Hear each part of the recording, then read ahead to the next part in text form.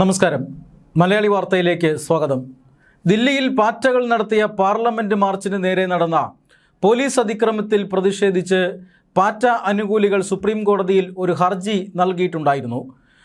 മാർച്ചിന് നേരെ ലാത്തി ചാർജ് നടത്തിയ, മാർച്ചിന് നേരെ ഗ്രനേഡും അതുപോലെ തന്നെ പെല്ലറ്റ് ഗണ്ണുകളുമൊക്കെ പ്രയോഗിച്ച പോലീസിനെതിരെ, ദില്ലി പോലീസിനെതിരെ നടപടി വേണം എന്നാവശ്യപ്പെട്ടുകൊണ്ടായിരുന്നു ഹർജി. ആ ഹർജി ഒരു പ്രാവശ്യം വാദം കേട്ടതാണ്. ആദ്യം ഹർജി നൽകിയപ്പോൾ തന്നെ അടിയന്തരമായി ഈ ഹർജി വാദം കേൾക്കണം എന്ന ആവശ്യം ഉന്നയിക്കുന്നു. അത് സുപ്രീം കോടതി തള്ളിക്കളയുന്നു. നമ്മുടെ സമയം മെനക്കെടുത്തരുത് എന്നൊക്കെയാണെന്ന് സുപ്രീം കോടതി പറഞ്ഞത്. പിന്നീട് ഈ ഹർജി വാദത്തിനെടുക്കുമ്പോൾ തന്നെ ഈ ഹർജിയിൽ പറയുന്ന കാര്യങ്ങൾ ഗൗരവമുള്ളതാണ് എന്ന് സുപ്രീം കോടതി നിരീക്ഷണം നടത്തുന്നു. ഒരു സ്വതന്ത്ര അന്വേഷണം വേണം എന്ന് സുപ്രീം കോടതി പറയുകയും ചെയ്യുന്നു. സുപ്രീം കോടതിയുടെ നിർദ്ദേശാനുസരണം ഏത് അന്വേഷണത്തിനും തയ്യാറാണ് എന്ന് കേന്ദ്ര സർക്കാരും അറിയിക്കുന്നു. അതോടൊപ്പം തന്നെ ഈ കേസിൽ പരിക്കേറ്റ പോലീസുകാരുടെ ബന്ധുക്കളും കക്ഷി ചേരുന്നുണ്ട്. അതുകൊണ്ട് തന്നെ സുപ്രീം കോടതി ഈ പോലീസുകാർക്ക് അനുകൂലമായും ചില കാര്യങ്ങൾ പറഞ്ഞു. പോലീസുകാരും മനുഷ്യരാണ്, അവരുടെ ജീവനും വിലയുണ്ട്. അതുകൊണ്ട് തന്നെ ഇത്തരത്തിൽ അവരെയും പരിഗണിക്കണം എന്നതടക്കമുള്ള നിരീക്ഷണങ്ങളാണ് നടത്തിയത്. എന്നാൽ കഴിഞ്ഞ തവണ വാദത്തിനെടുത്തപ്പോൾ സുപ്രീം കോടതി പ്രധാനമായും നിരീക്ഷിച്ചത് ഈ 18 വയസ്സിന് താഴെയുള്ള എല്ലാ വിദ്യാർത്ഥികളും, കസ്റ്റഡിയിലുള്ള എല്ലാ വിദ്യാർത്ഥികളെയും പുറത്തെത്തിക്കണം അല്ലെങ്കിൽ പുറത്തുവിടണം. ക്രിമിനൽ ബാക്ക്ഗ്രൗണ്ട് ഇല്ലാത്തവരെ എല്ലാവരെയും ഈ തുറന്നുവിടണം. മാത്രമല്ല അവർക്കെതിരായിട്ടുള്ള അന്വേഷണം എന്തെങ്കിലും ഉണ്ടെങ്കിൽ അതാകാം, പക്ഷേ ക്രിമിനലുകളെ പുറത്തുവിടേണ്ടതില്ല എന്ന് സുപ്രീം കോടതി പറഞ്ഞു. ഈ അന്വേഷണം അത് ഈ ലാത്തി ചാർജിന് അല്ലെങ്കിൽ പാർലമെൻറ്റ് മാർച്ചിന് ഇടെ നടന്ന ആ അക്രമങ്ങൾ നടത്തിയവർക്കെതിരെ അന്വേഷണമാകാമെന്ന് സുപ്രീം കോടതി പറയുകയും ചെയ്തിരുന്നു. എന്ന് പറഞ്ഞാൽ സർക്കാരിനെയും പോലീസുകാരെയും അതുപോലെ തന്നെ സമരക്കാരെയും എല്ലാം തൃപ്തിപ്പെടുത്തുന്ന തരത്തിലുള്ള നിരീക്ഷണങ്ങളാണ് കഴിഞ്ഞ തവണ സുപ്രീം കോടതി നടത്തിയത്. ഇന്ന് കേസ് വീണ്ടും സുപ്രീം കോടതി പരിഗണിച്ചിരുന്നു. ഇങ്ങനെ പരിഗണിക്കുമ്പോൾ സംസ്ഥാനങ്ങൾക്ക് ഈ കേസുകൾ പിൻവലിക്കുന്നതുമായി ബന്ധപ്പെട്ട് സംസ്ഥാനങ്ങൾക്ക് അന്തിമ തീരുമാനമെടുക്കാം എന്നാണ് ഇന്ന് സുപ്രീം കോടതി പറഞ്ഞത്. അതിനോടൊപ്പം തന്നെ അമിത അധികാരം പ്രയോഗിച്ചിട്ടുള്ള പോലീസുകാർക്കെതിരെ നടപടി വേണം. അതോടൊപ്പം ഒരു കുറ്റവാളികളെയും വെറുതെ വിടരുത് എന്നും സുപ്രീം കോടതി നിരീക്ഷിച്ചിട്ടുണ്ട്. മുൻ ചീഫ് ജസ്റ്റിസ് അധ്യക്ഷനായിട്ടുള്ള ഒരു സമിതി ഈ കേസ് അല്ലെങ്കിൽ ഇതുമായി ബന്ധപ്പെട്ട സ്വതന്ത്ര അന്വേഷണം നടത്തട്ടെ എന്ന് കേന്ദ്ര സർക്കാർ എന്നൊരു നിർദ്ദേശം മുന്നോട്ട് വയ്ക്കുന്നു. അത് പരിഗണിക്കാം. ഈ മാസം 18-ന് കേസ് വീണ്ടും പരിഗണിക്കും. ആ സമയത്ത് കേന്ദ്ര സർക്കാരിൻ്റെ നിർദ്ദേശം പരിഗണിക്കാമെന്നാണ് സുപ്രീം കോടതി പറഞ്ഞത്. ഇതിൽ ഏറ്റവും പ്രധാനപ്പെട്ട കാര്യം ഇന്ന് കേന്ദ്ര സർക്കാർ സുപ്രീം കോടതിയെ അറിയിച്ച വളരെ പ്രധാനമുള്ള ഒരു കാര്യമാണ്. അത് മറ്റൊന്നുമല്ല, ഈ പാറ്റകളുടെ സമരത്തിനിടയിൽ നുഴഞ്ഞു കയറിയതോ അവരെ നിയോഗിച്ചതോ എന്നറിയില്ല. ഏതാണ്ട് 2500ഓളം ക്രിമിനലുകൾ, 2500ഓളം ഗുണ്ടകൾ, സാമൂഹ്യ വിരുദ്ധർ, ഇവരെയെല്ലാം കേന്ദ്ര സർക്കാർ തിരിച്ചറിഞ്ഞിട്ടുണ്ട്. ദില്ലി പോലീസ് തിരിച്ചറിഞ്ഞിട്ടുണ്ട്. അവർക്കെതിരായിട്ടുള്ള അന്വേഷണം തുടരുകയാണ്. അതുകൊണ്ട് എല്ലാ കേസുകളും അങ്ങനെ അവസാനിപ്പിക്കാൻ കഴിയില്ല എന്നാണ് ഇന്ന് കേന്ദ്ര സർക്കാർ സുപ്രീം കോടതിയെ അറിയിച്ചിരിക്കുന്നത്. അപ്പോൾ സുപ്രീം കോടതി പറഞ്ഞത് ഒരു ക്രിമിനലുകളെയും വെറുതെ വിടരുത് എന്ന് തന്നെയാണ്.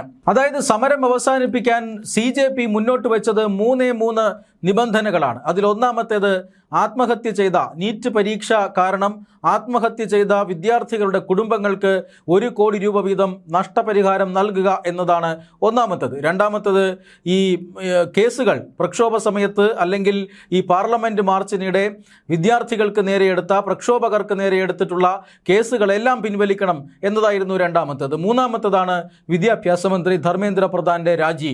വിദ്യാഭ്യാസ മന്ത്രി ധർമ്മേന്ദ്ര പ്രധാൻ്റെ രാജി അടക്കം 3 ആവശ്യങ്ങളും കേന്ദ്ര സർക്കാർ അംഗീകരിച്ചിരുന്നു.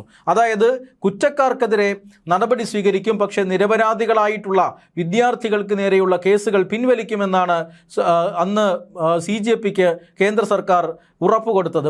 മാത്രമല്ല ഈ ആത്മഹത്യ ചെയ്തതുമായി ബന്ധപ്പെട്ട കേസിൽ കാര്യങ്ങൾ പരിശോധിച്ച് ഉചിതമായ നഷ്ടപരിഹാരം നൽകുമെന്നാണ് CJPക്ക് എഴുതി കൊടുത്തിരിക്കുന്നത്. ഇതിനുശേഷമാണ് CJP സമരം അവസാനിപ്പിച്ചത്. അതിനു മുമ്പ് തന്നെ വാങ്ചുക്ക് നിരാഹാര സമരം അവസാനിപ്പിച്ചിരുന്നു. ഇതിനുശേഷമാണ് സുപ്രീം കോടതിയിൽ ഈ ഹർജി വരുന്നത്. അതായത് ഈ ഹർജി ദില്ലിയിൽ നടന്ന മാർച്ചിനിടെ പോലീസിൻ്റെ ഒരു നരനായാട്ടാണ് ഉണ്ടായത് എന്ന് പറഞ്ഞുകൊണ്ടാണ് ഹർജിയുമായി രംഗത്ത് വന്നത്. പെല്ലറ്റ് ഗണ്ണുകളടക്കം ഉപയോഗിച്ചു എന്നൊക്കെ പറഞ്ഞപ്പോൾ വാദത്തിനിടെ ഈ പോലീസ് ചട്ടപ്രകാരം പെല്ലറ്റ് ഗണ്ണുകൾ ഉപയോഗിക്കാൻ അനുമതിയുണ്ട് എന്നുവരെ സുപ്രീം കോടതി നിരീക്ഷണം നടത്തിയിരുന്നു. ഇപ്പോഴിതാ വീണ്ടും ഒരു ക്രിമിനലുകളെയും വെറുതെ വിടരുത് എന്ന് സുപ്രീം കോടതി പറഞ്ഞിരിക്കുന്നു. ആ പറഞ്ഞതിന് തൊട്ട് മുമ്പ് കേന്ദ്ര സർക്കാർ പറഞ്ഞത് ഞങ്ങൾ 2500ഓളം ഗുണ്ടകളെ, ക്രിമിനലുകളെ, ഈ സാമൂഹ്യ വിരുദ്ധരെ ഈ സമരത്തിനിടയിൽ കണ്ടുവെന്നും അവർ അക്രമം നടത്തുന്നത് ഞങ്ങൾ കണ്ടുവെന്നും അവരെ ഞങ്ങൾ തിരിച്ചറിഞ്ഞിട്ടുണ്ട് എന്നുമാണ് കേന്ദ്ര സർക്കാർ ഇന്ന് സുപ്രീം കോടതിയിൽ പറഞ്ഞത്.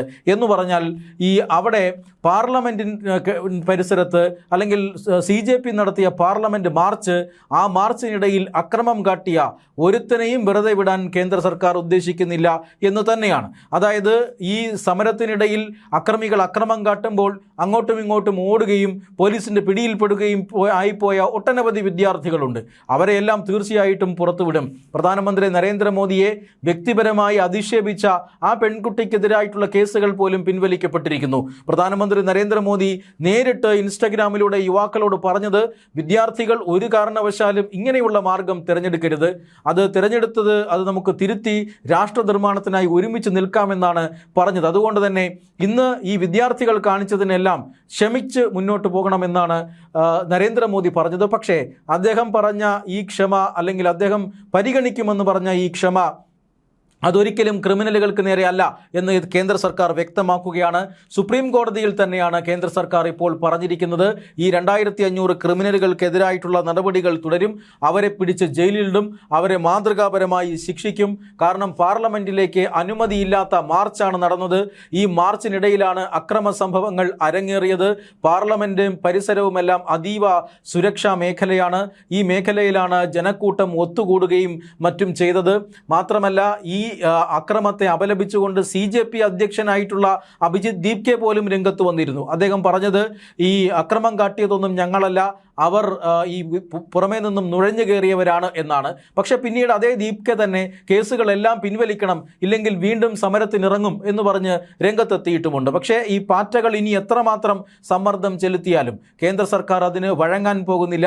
ഈ പറയുന്ന ആളുകൾക്കെതിരെ, സാമൂഹ്യ വിരുദ്ധർക്കെതിരെ, ഗുണ്ടകൾക്കെതിരെ, അക്രമം കാട്ടിയവർക്കെതിരെ നടപടി സ്വീകരിക്കും എന്ന് തന്നെയാണ് കേന്ദ്ര സർക്കാരിൻ്റെ നിലപാട്. മാത്രമല്ല ഈ ദില്ലിയിൽ നടന്ന CJPയുടെ സമരം, ആ സമരത്തിൽ നുഴഞ്ഞു ചില പ്രശ്നങ്ങൾ ഉണ്ടാക്കാൻ പാകിസ്ഥാൻ ഭീകര സംഘടനയായ ജെയ്ഷെ മുഹമ്മദ് പോലും ശ്രമിച്ചിരുന്നു എന്ന വാർത്തകൾ ഇപ്പോൾ പുറത്തു വരുന്നുണ്ട്. അതിൻ്റെ കൂടി പശ്ചാത്തലത്തിലാണ് കേന്ദ്ര സർക്കാർ നടപടി കടുപ്പിക്കുന്നത്. ഭീകരവാദികളെ അല്ലെങ്കിൽ അക്രമം കാട്ടിയിട്ടുള്ള ആളുകളെ, ഇതിനകത്ത് നുഴഞ്ഞു കയറിയിട്ടുള്ള സാമൂഹ്യ വിരുദ്ധരെ ഒരു കാരണവശാലും പുറത്തുവിടാൻ പോകുന്നില്ല. ഒരു കുറ്റവാളിയെയും തുറന്നു വിടരുത് എന്ന് വ്യക്തമായി അതിന് പിന്നാലെ സുപ്രീം കോടതി പറയുകയും ചെയ്തിരിക്കുന്നു.